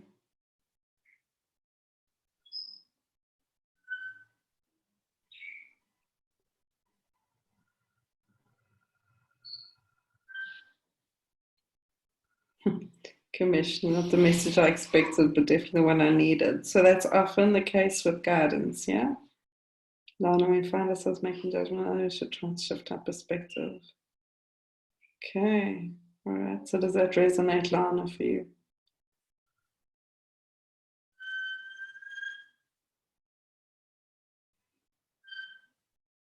Okay, perfect, Nikki.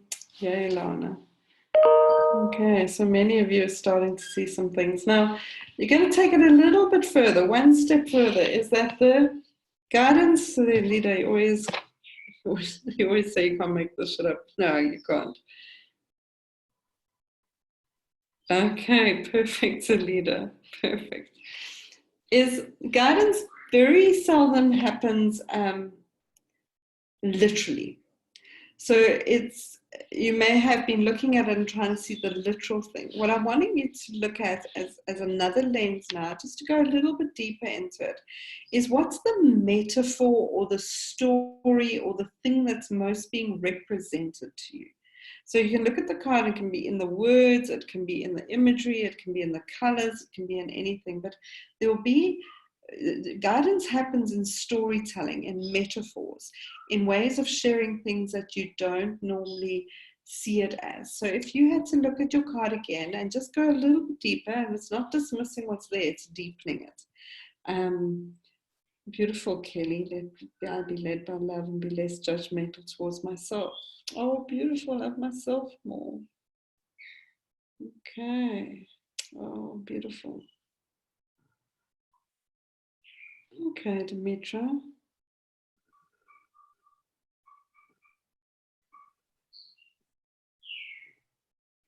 Okay, Samantha. So my question was, how do I empower myself in this situation of conflict? The card shows warrior guides, bravado. It feels as if it's just singled out the battle and the fighting, even with the imagery. Okay, so now if you take that, and if you've just been focusing on the battle and the fighting, what are you not seeing? What else is possible here? What more is being shown? What's the bigger message that's been shown? What's the story they're showing you?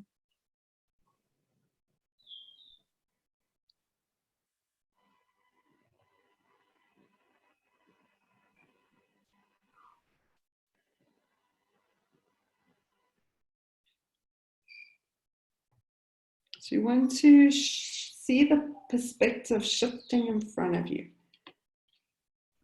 Oh, be bare and vulnerable, Taryn. Beautiful. Beautiful.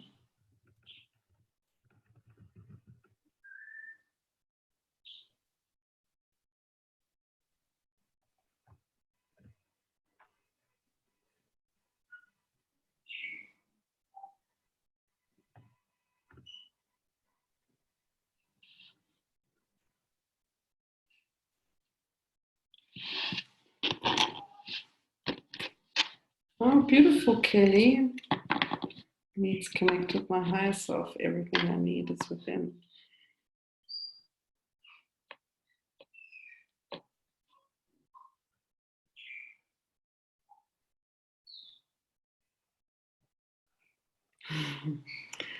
Beautiful, Nikki. Well done. How amazing.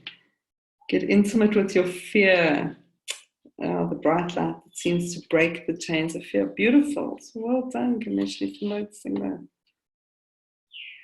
Okay. I'm getting goosebumps as you're all doing this.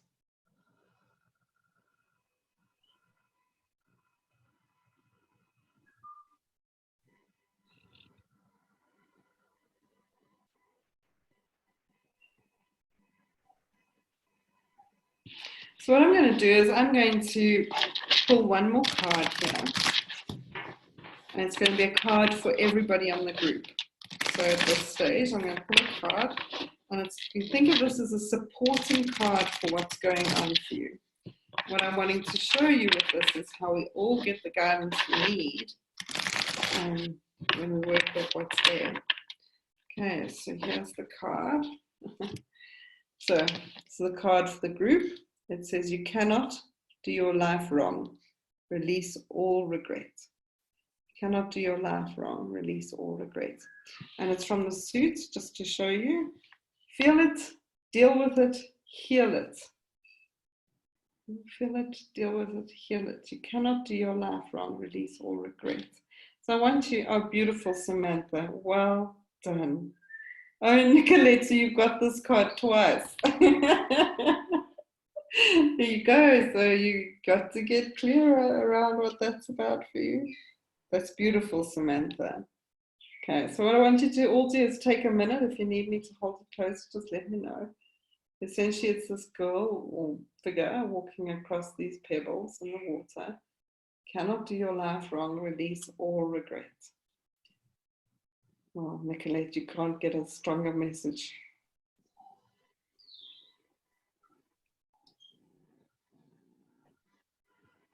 So let's see how this supports the message you've got. How this amplifies things for you.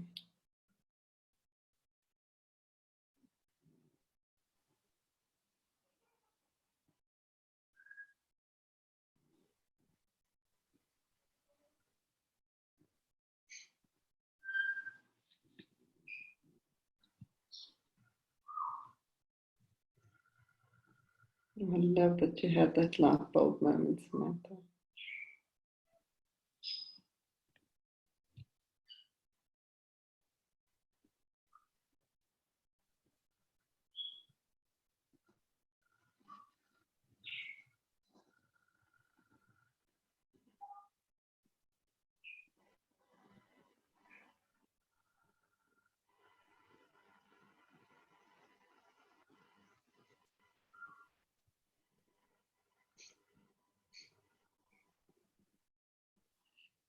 All right, if anybody has any awarenesses, you can share it, or otherwise just say done.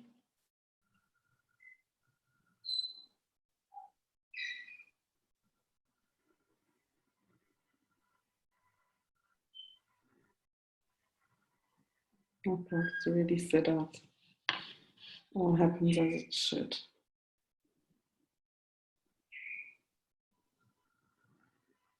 Oh, beautiful, Alida. Beautiful.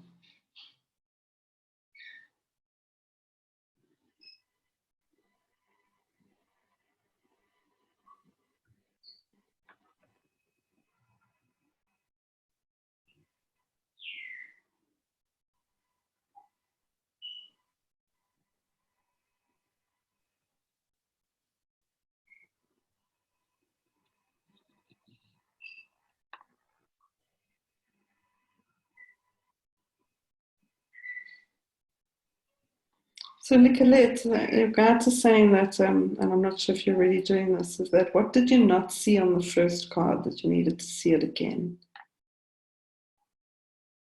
First time you looked at it. So you look at the card again, what did you not see? Or did you already see that you haven't seen something? Beautiful, Dimitra.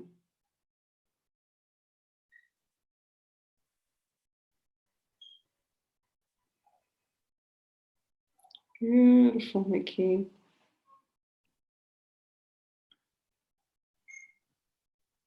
Aha, there you go, Nicolette. Now notice the bare feet.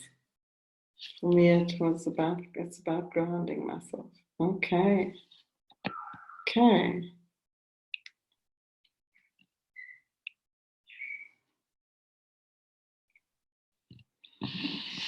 So the final step, as you just continue with your own connection there, is to ask yourself now with this, what do I now know and what action can I take?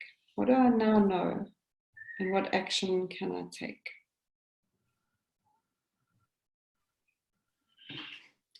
Okay, Nikki. Now, so notice that resistance, and if you need to, this is the part where you can always pull another card to support you with the resistance. What do I need to do to break through the resistance? How can I be brave enough to face my resistance? What is it that my resistance is requiring me to do? Or what support do I need for my resistance? Do you see how those questions can support you as you now go deeper into this guidance, into receiving the guidance?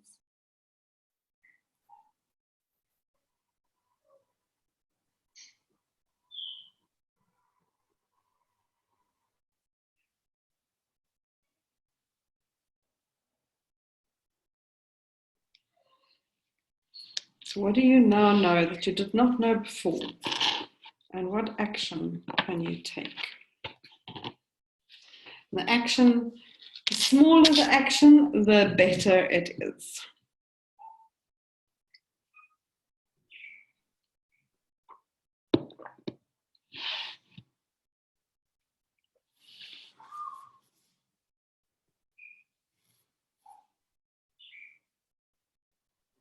Okay, Kelly, beautiful. You need to be brave enough.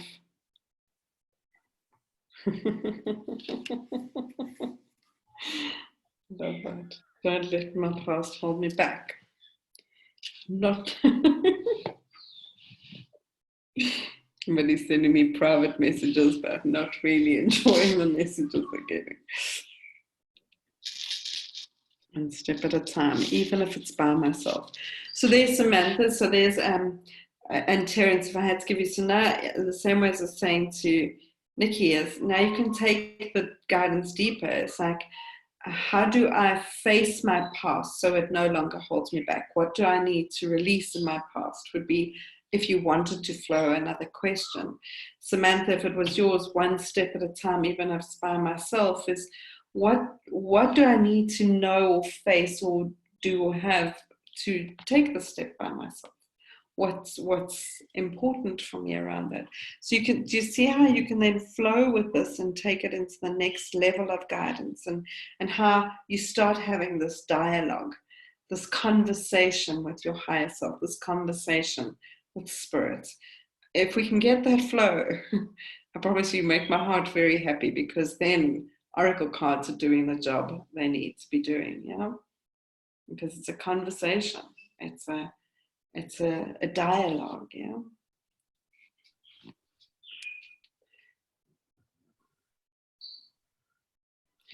So I'm aware there's more people on the call that have not answered, and I make the assumption that you're either doing the exercises or reflecting on it. So if there is anybody that wants to share, that'll be awesome.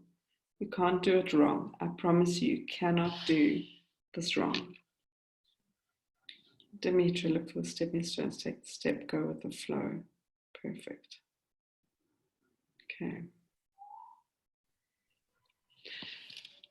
So many of you may still be very much wrapped in your own process now and receiving messages and that. But if you had to step out of that for us to continue with this, What have you learned about doing a card reading for yourself from this process? What have you become aware of, or what have you learned that's useful for you in the way that you can now do these card readings for yourself with whatever deck you're using? I mean, if you wanted to, I could give you a card from the Starseed deck, which I'll do a reading from just now for you. So it doesn't matter which deck, provided it connects for you. Anybody want to share what this process has shown you or taught you about doing readings for yourself? A picture paints 1,000 words. So I cannot amplify that enough with oracle cards, yeah? It's not what you want to hear, but it's what you need to hear. That's guidance rather than answer, yeah? To actually look at the card, connect with it and go inwards, rather than just scanning the card and taking the message and reading the book and, you know, a snippet of it. Perfect, Dimitra.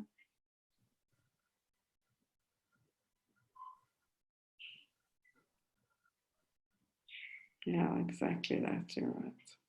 Anybody else?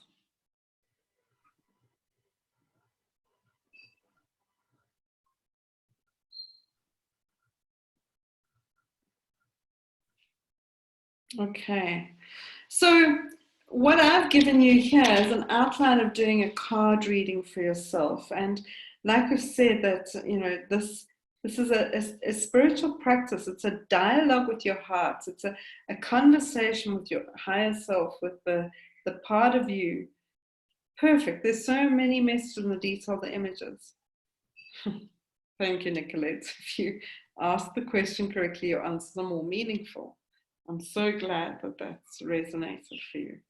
And I promise you, you can pull the same card tomorrow and you'll get a different insight from the card.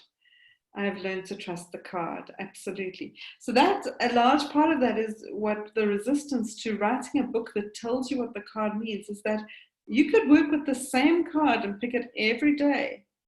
And you will get different insights and different messages. Be open to receive the message. Be present. Beautiful, beautiful, beautiful awarenesses. Yeah? Now, anybody can do card readings. Yeah?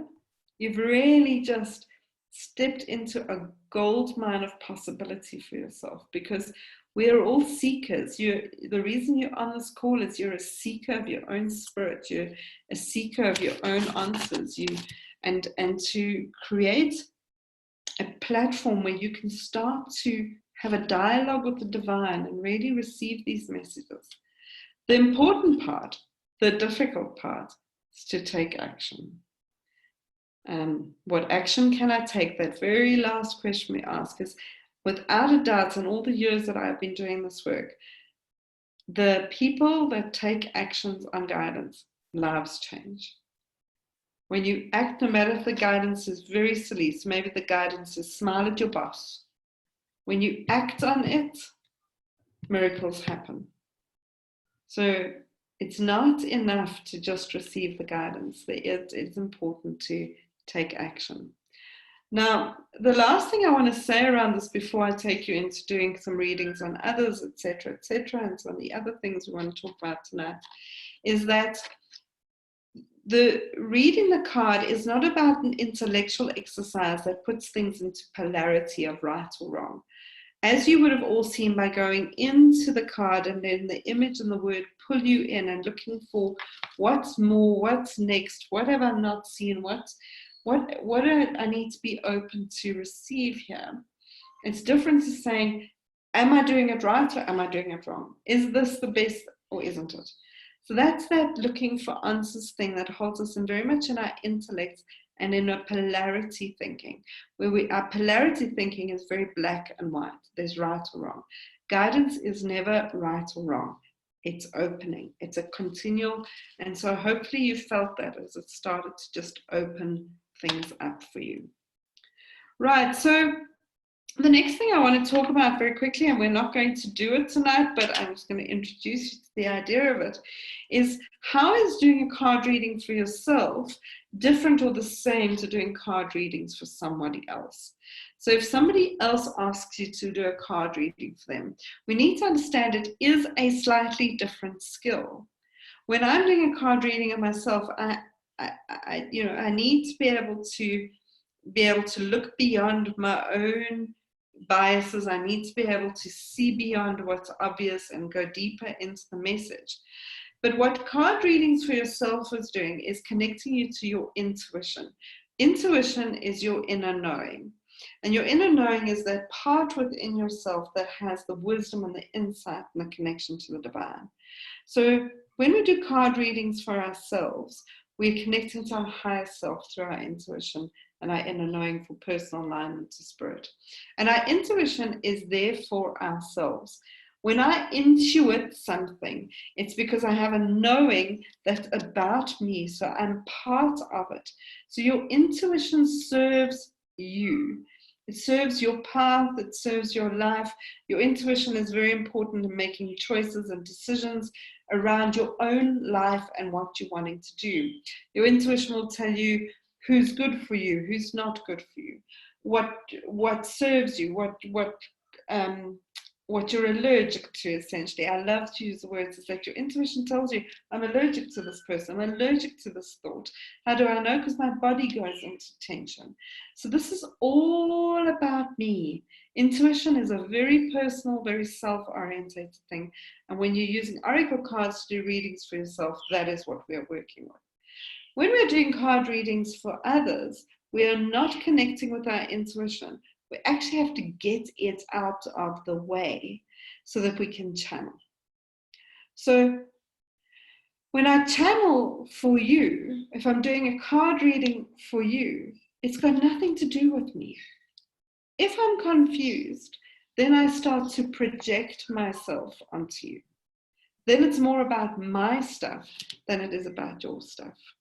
And so channeling is opening up a portal to the divine and receiving messages that have got nothing to do with me, but it's got to do with you. And so if I use a card to connect with my intuition for someone else, I'm going to be doing a lot more projecting than I am going to be doing of channeling. Not necessarily all bad, because your intuition could give information for the other person, but it's not the same thing. So the way I talk about it is that often when you're doing your personal card reading, the card reading that you've just done now, it's like information comes in and it settles into you. And those awarenesses, those ahas, those BFOs are now, the blinding flashes are obvious now part of you. When you're doing card readings for others, we want information to come from other places. So this is where we use our clear cognizance, our clear voyance, our clear sentience. And so the messages either come up, or I start to see it, or I start to hear it. It's a different source of data. And when I channel, I have to connect to something to receive the message. Think of a channel that's like a conduit. It's a connection between one thing and the other. So if I channel for you, I'm connecting to your guides, to your higher self, to your ascended master, to some beings crossed over to the other side, receiving data to give you that. And the clearer the transmission, the better it is. And so I need to get my own crap out the way. This is not about me anymore. This is about you. And so it is a different skill. And so when I take a card and I want to do a reading for someone else, I need to be able to give them information so they can hear it. And that means the relationship between us is quite important. And remember all those things from earlier. I just want to go there. I'll come back to this very quickly. Sorry, I should have put this in here. Sorry, I went too far. The false teachings and the true guidance is if you're in your ego, if you're in your projection, if you want to be light or clever or any of these things, you're going to end up doing false guidance for people. You're going to be more in the projection, you're going to be more on the false teaching side than being a channel for pure light, a channel for pure guidance. So channeling is a different skill and not something we're going to start doing at 7:30 at night, but it is important to know that it is the ability to receive information and the willingness to allow yourself to share that and to have a state of not knowing. This means if I'm channeling for somebody else, I don't know what the answer is. I don't understand why I'm telling you. I'm just the conduit. I have to present all that comes forward, and I'm not here as the interpreter. The meaning comes from the person I give the message to. So let me give you an example around this. I was doing a Facebook Live and somebody asked for a card. The card came forward. It's a card I've had many times. It was an Express Yourself card, I think. And when I channeled, the message was, you're not playing your own drum. You're not playing your own song. And the person came forward and said, literally, we're in a band and the band keeps asking us to play their songs rather than our own. And that's causing me quite a lot of disruption. That interpretation, that meaning came from them. I have given other people a very similar thing of like, you're not playing your own song. And the interpretation they have is that I'm not doing the job I want to do. So they interpret it, they give the meaning to it. I don't do that as the channel. The channel, I'm here to just give you the message that comes forward and not delete anything, just share it. And the more I can reflect that with colors, feelings, images, metaphors, stories, etc., the more the person can receive the message and shift it. And they can have the important part of channeling is that you have no agenda. So if you want to start doing readings for others, which is a beautiful thing to do, it's really important to start learning the skill of channeling and being able to do that. If we had to take this one step further, when you're wanting to do universal readings, so many of you have watched me doing weekly message from spirit, or you've watched many other things, or you've seen people that do a group reading, so a reading for the week, a reading for the month. It's a beautiful full moon tonight. What's the full moon reading? I'll do one for you now. The thing we're doing here now is now I'm not holding a connection to the individual in mind. Now I'm holding a connection to the source, like the whole in mind. So now I have to be really open. So it's not about me. It's not about you. This is about us. And so now this is a message for us. And it's a different level of channeling. It's opening yourself up to a bigger storyboard, a bigger metaphor, and going into a different place. So what I'm going to do to end us off tonight is do a reading for the group that is watching this live, or will see this as a recording going forward. So I'm going to pull 2 cards and do it as a general reading, and so you can listen to these messages and there will be something that resonates for you in this message that supports what you've been working with yourself.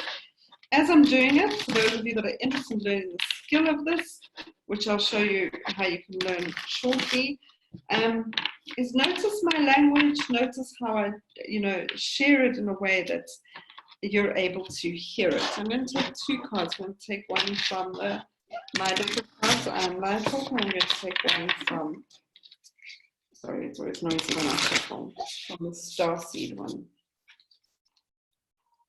Okay. So the card that's come forward from my deck at this point, and think of this as a full moon reading to support you in the readings that you've been starting to do tonight, is the card here is let yourself feel the pain. Again, from the same suit that the other card came from. Feel it, deal with it, heal it. If you have a look at this card, you're going to see this guy that's got these sort of scars on him. I'll talk about that now, because the supporting card that's come forward is from the Starseed deck is called Big Picture Thinking. So you can have a look at this doorway, this portal that's come forward here. It says Big Picture Thinking, and it says Pleiades energy, visionary, inspired ideas. So the guidance is coming forward when I'm showing these together is that we need to start looking at feeling things that can move forward, not just putting plasters on things, not just covering things up. We've been living in an energy field for so long where there's been covered up, masks, things where we just put, you know, in corporate we talk about sticky tape solutions. It's the things that are just holding everything together.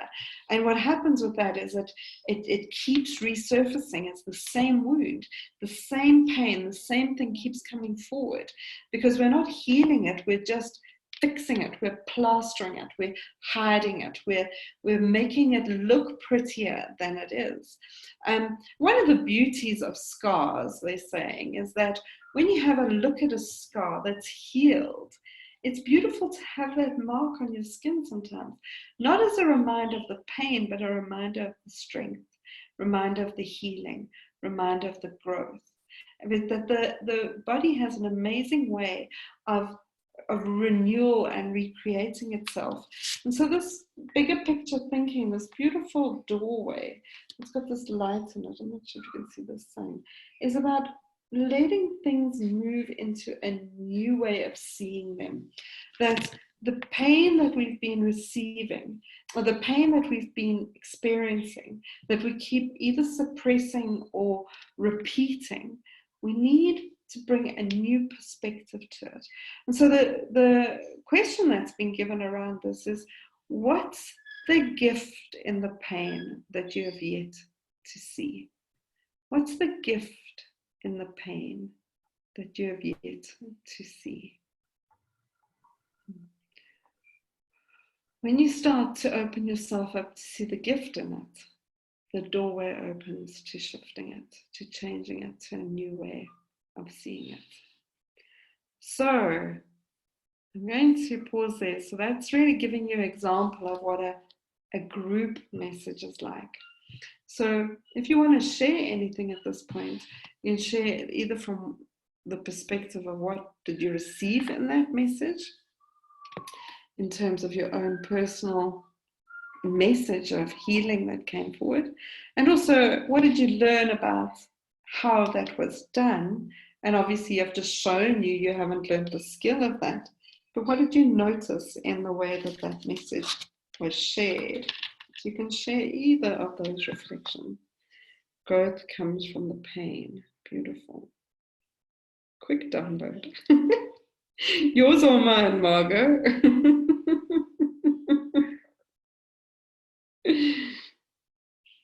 Yours. Oh.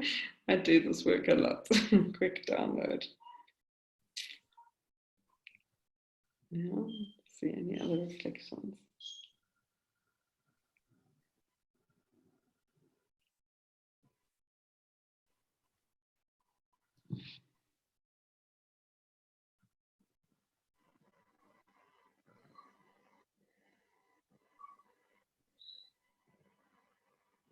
So it is quite a lot of data, and it did come forward very quickly. So sometimes you need to listen to guidance a few times.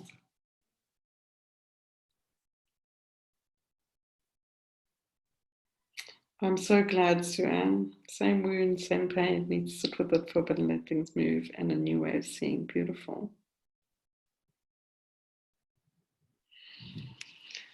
So Sue-Ann has already started to answer the question. We're kind of getting to the end of this webinar now, but what has been useful for you around this webinar? I truly hope that this has given you a different perspective of working with your cards. I'll take you through some possibilities now, but what has this webinar given you? What has been useful or helpful or informational for you around this webinar? What stood out for you? What do you take away? So many questions, so little time.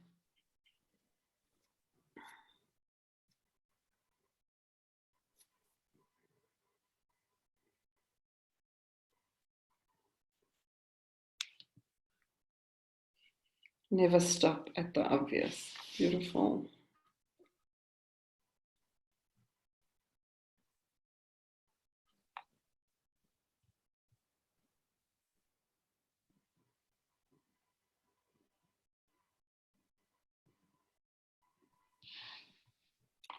So whoever wants to share. Beautiful, Margaret. Excitement at the starseed card and a bucket of ice water with a feel the pain card. Interesting duality. Beautiful. Answers lie within. Commissioning. Beautiful. Looking inward to find the guidance, not outward. Oh, beautiful. I'm glad, Alida. I hope that this starts a beautiful journey for you with the cards. Well, I hope that that really starts a lovely relationship of joy for you. Beautiful, Samantha. I'm glad that you had that insight and awareness.